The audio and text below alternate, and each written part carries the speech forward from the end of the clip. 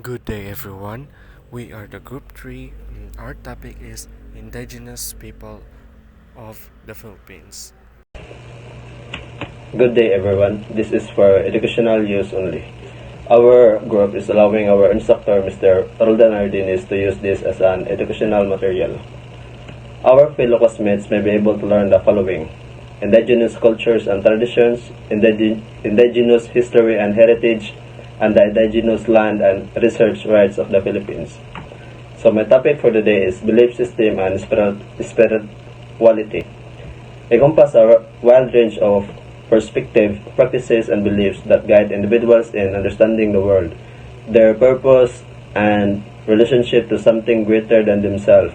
They can include organized religions such as Christianity, Islam, Buddhism, and others religion, as well as personal spiritual practices, philosophies, and ways of understanding the universe and one place within it. Each person believes and spiritual journey are unique, deeply personal. So, for example, belief system is that their belief is or religion is that Christian. So, within Christianity, individuals may encourage in various spiritual practices such as prayer, meditation, attending services, reading sacred texts like the Bible, participating in ritual like baptism and communion, and striving to live according to moral and ethical principles taught by Jesus Christ.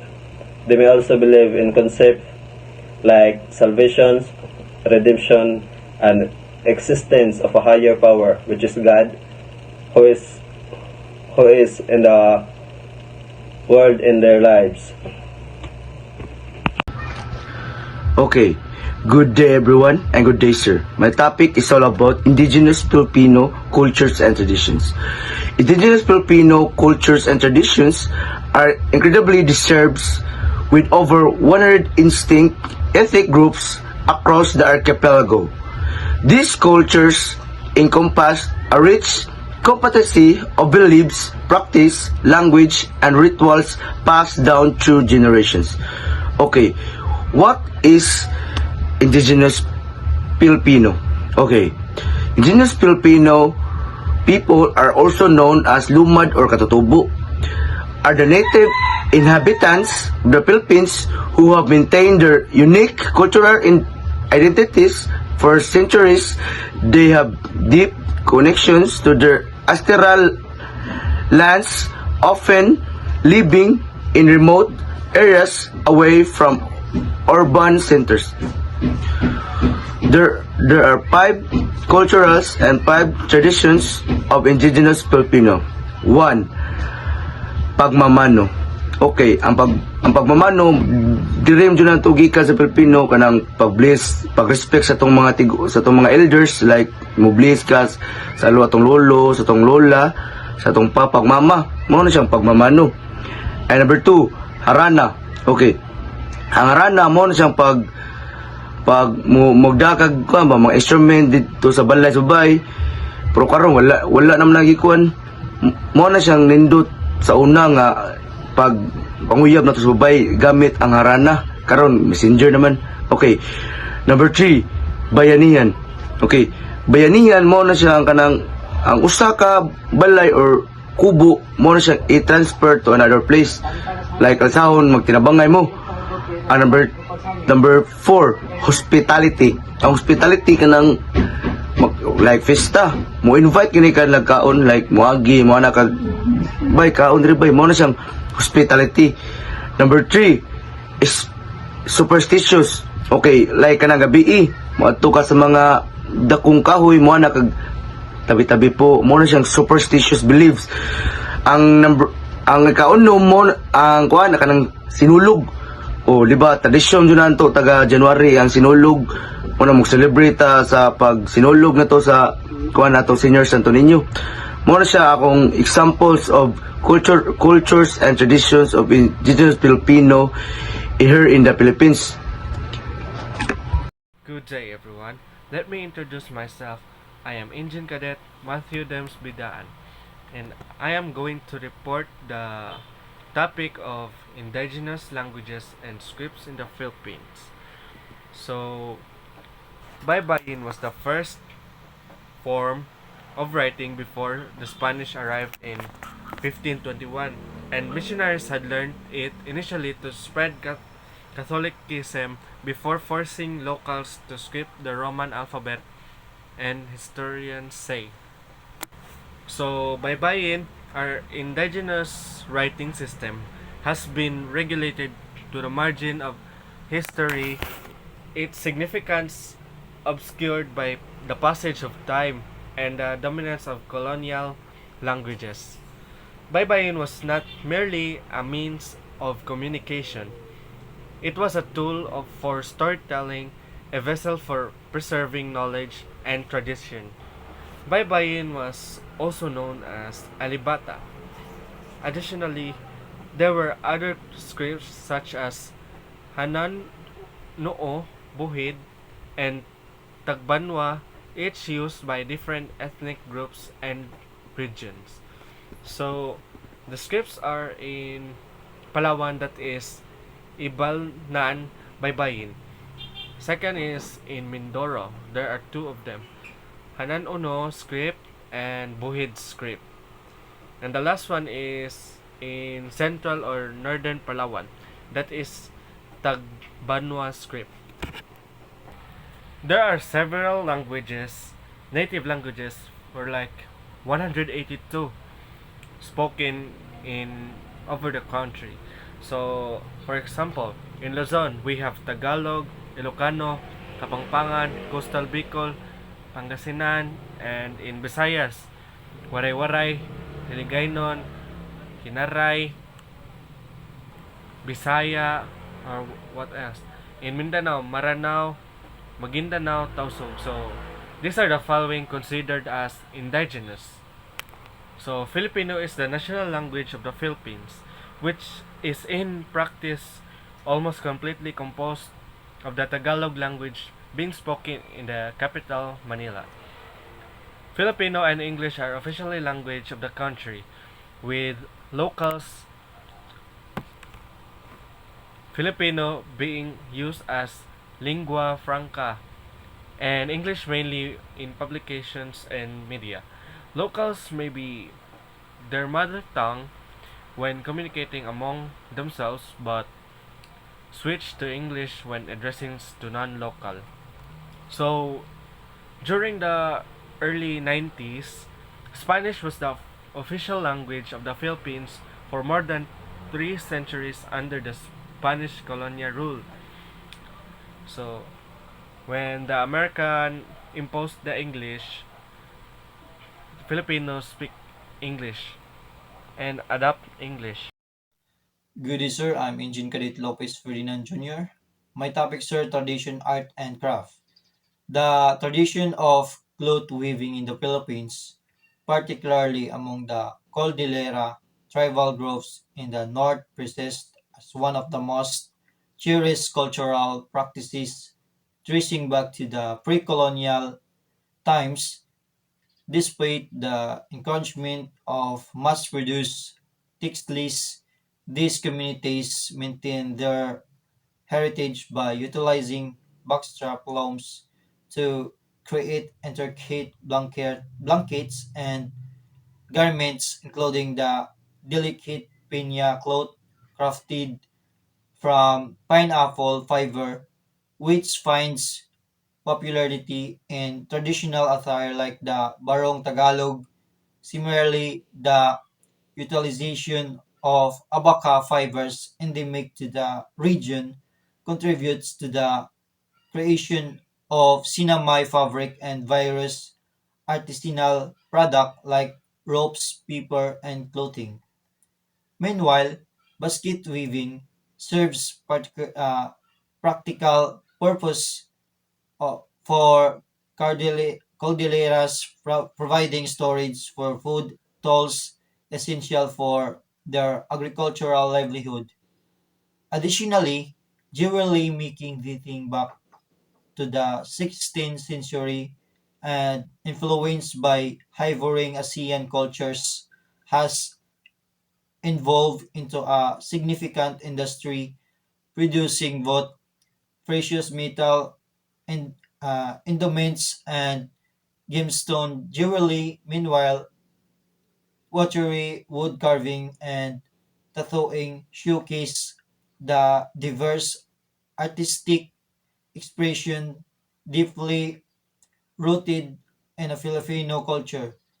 It's reflecting unique historical narrative and regional influences. That's all. Thank you. So, good day everyone. I am indeed Edit Landscaper. So, my topic is all about rituals and ceremonies of the indigenous people in the Philippines. So, indigenous people in the Philippines engage in a rich history of rituals and ceremonies deeply rooted in their cultural heritage. One prominent example is the Cordillera region Bodong ceremony, a face-pack ritual conducted by the Igorot people. It involves the sharing of sacred objects and the drinking of bath to foster unity among tribes. The Lumad communities in Mindanao have pagdiwata, a ritual centered around the worship of deities, deities and spirits to ensure a bountiful harvest. Dances, chants, and offerings are integral parts of this ceremony, emphasizing their connection to the land. So the Tibuli people are known for their Lingkai ceremony, celebrating significant life events like birth, marriage, and death. Elaborate beadwork and the playing of traditional instruments characterize these rituals, reflecting the tribe's artistic expression.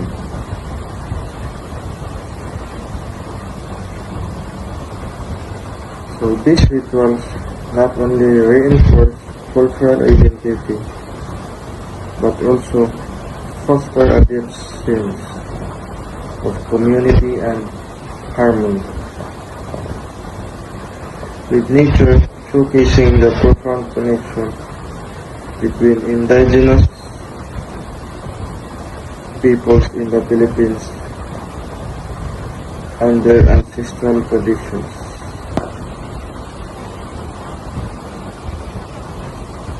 So, pre-colonial. So, what is pre-colonial? So, it is the indigenous societies worldwide varied significantly in history and heritage. They often had rich oral traditions, folklore, and cultural practices that were passed down through generations. Many communities developed sophisticated agricultural systems, artistic expressions, and spiritual beliefs deeply connected to the nature. The Iroquois Confederacy in North America, the Maori in New Zealand, and the Aztecs in Mesoamerica are examples of indigenous societies with distinct histories and heritage. So these communities often had communal living structures unique art forms and spiritual rituals that reflected their deep connection to the land and environment. So, good day sir, I am Engine Cadet Alimorin Jumel and I am here to talk about the indigenous resistance and revolts. Indigenous resistance and revolts have been integral to the history of colonization and conquest around the world. From the Americas to Australia, Africa to Asia, indigenous people have firstly fought against colonial oppression, dispossession of land, cultural assimilation, and genocide. And this report provides an overview of some key instances of indigenous resistance and revolts throughout history. So first is the Zapatista uprising in 1994.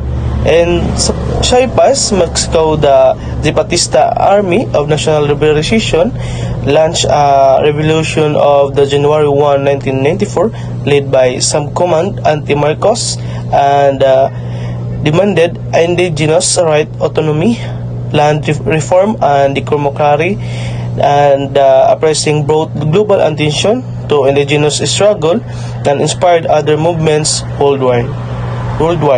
So second is the ghost dance movement, late 19th century among Native American tribes in the United States. The ghost dance movement emerged in the late 19th century. It was a spiritual movement that prophesied the return to indigenous lands, the revival of the traditional ways of life, and the disappearance of white settler. The movement was violently suppressed by the U.S. government, culminating in the Wounded Knee massacre in the 1890. So third is the Mau Mau uprising in 1952 to 1960. In Kenya, the Mau Mau movement arose against British colonial rule, led primarily by the Kikuyu people. The Mau Mau sought to the claimer and the resist exploitation and oppression by British settler. The uprising was made with brutal repression, including torture and internment camps, but it ultimately contributed to Kenya's independence in 1963. So, fourth is the Aboriginal 10th Embassy in 1972%. In Australia, the Aboriginal 10th Embassy was established in Cabrera in 1972 to protest the government refusal to recognize indigenous land rights. It has been a symbol of indigenous resistance and activism advocating for the land rights, so sovereignty and self-determination. So last is the Standing Rock Sect Tribal to with indigenous and environment. All activities protested the construction of the Dakota Access Pipeline in North Dakota, USA. So they argued that the pipeline threatened their water supply, violated indigenous sovereignty. The protest gained international attention and highlighted ongoing struggle for the indigenous rights and environment and justice. So, indigenous resistance and revolts has been an ongoing struggle against colonialism, oppression, and dispossession. Despite facing immense challenge, indigenous people have demonstrated resilience, courage, and determination in asserting their right, preserving their culture, and defending their lands. So this is a movement continue to inspire to solidarity and advocacy for indigenous rights worldwide. So this all, sir, and thank you. My topic is all about colonial impact and cultural assimilation. So what is colonial impact and cultural assimilation? Colonial impact and cultural assimilation in the Philippines refers to the historical period during which the Philippines was colonized by foreign powers, primarily Spain, and the subsequent blending of indigenous Filipino cultures with those of the colonizers.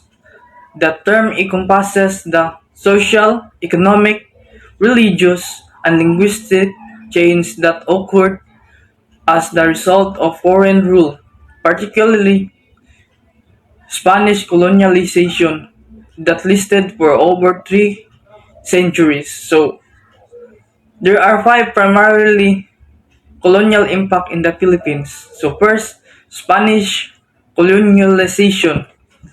The Philippines experienced more than 3 centuries of Spanish rules, profoundly influencing various aspects of the of its society. The Spanish brought Catholicism, which became a dominant religion and established a system of governance and education. Second is cultural hybridization. Spanish colonialization led to the fusion of indigenous Filipino cultures with Spanish traditions, creating a unique blend in areas such as language, cuisine, and religious practice. Third is language influence. Spanish influence is evident in the Filipino language, with many loanwords and expressions derived from Spanish. Additionally, Spanish surnames are common among Filipinos. Fourth is religious impact. The introduction of Catholicism by Spanish missionaries significantly shaped the spiritual and cultural landscape of the Philippines. Many indigenous beliefs were integrated into Catholic rituals.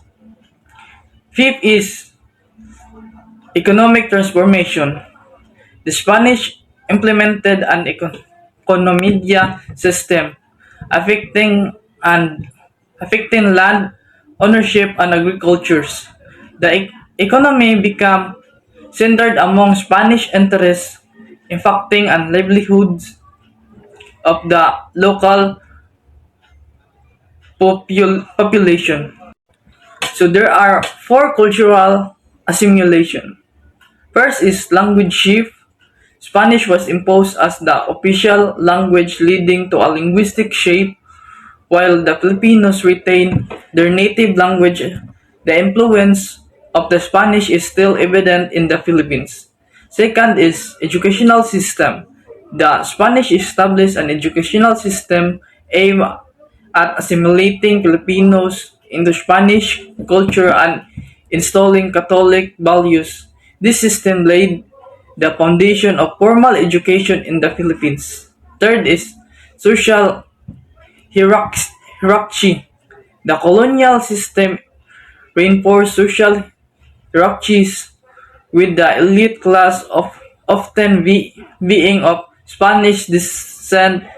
This structure had lasting effects on societal norms and class distinctions. Fourth is agricultural legacy. Spanish architecture is visible in colonial era church, forts, buildings. This structure stands as a testament to the enduring influence of the Spanish colonial rule. In summary, Spanish colonialization left an indelible mark on the Philippines, shaping its culture, language, and societal structures. The process of cultural assimilation was complex, resulting in a diverse and unique Filipino identity that reflects both indigenous roots and colonial influence. Good day, sir. Good day, classmates. I am here to discuss about the topic and challenges in land disputes and exploitations. This topic delves into the complex challenges surrounding the land disputes and exploitations in indigenous land and resource rights. Indigenous communities often face issues such as competing claims to their traditional territories, encroachment by the external actors, and exploitation of natural resources without their consent. Um, Land disputes can arise from historical injustices, inadequate recognition of indigenous land rights, or conflicting land use practices. These disputes can lead to legal battles, social tensions, and environmental degradation. Example for this would be the South China Sea, which China proclaims that they own that land, part of the land, but the UN says it was owned by the Philippines. So, that example. Next is exploitation of resources in indigenous lands can occur through activities like mining, logging, or large-scale agriculture, often without proper consultation or benefit sharing for the indigenous communities. This can result environmental damage, loss of cultural heritage, and economic marginalization of indigenous people. Example for this is the fishing area of somewhere in the Philippines. Like, the indigenous people uses a not modern but old style fishing, and some other countries will trespass the area of fishing areas and start fishing using the more advanced vessels or technologies than the indigenous people. So, exploitation. Addressing these challenges requires recognizing and respecting indigenous land rights, engaging in meaningful consultation and consent processes, and promoting sustainable resource management practices that align with indigenous values and priorities. It also involves addressing underlying issues of power imbalance and historical injustices. So that's all. Thank you for watching. So, hello everyone. Hello, sir. Our topic today is all about indigenous ecological knowledge. It refers to the practices and information that are passed down from generation to generation, influenced by the culture, memories, adaptability to change, and reciprocity based values such as those found in agriculture, forestry, fishing, hunting, and trapping. Indigenous peoples have been refining their knowledge. They have done so by accumulating data from direct environmental interaction, lifelong experiences, and deep observations, lesson learned, and skill development. A profound grasp of patterns and processes of change in the natural world, of which humans are part, as necessary to notice, often tiny, micro changes, and to make judgment on them. For example, of indigenous knowledge are the traditional medicine used for healing, the sustainable farming. The farmers did not use insecticides pesticides, and organic fertilizer. The land resource and management, traditional arts and crafts. So those are example of indigenous knowledge. Indigenous ecological knowledge refers to the customs, beliefs, place names, songs, and all stories carry cumulative historical and cultural ecology, data and knowledge that are still important today. So that's all. Thank you.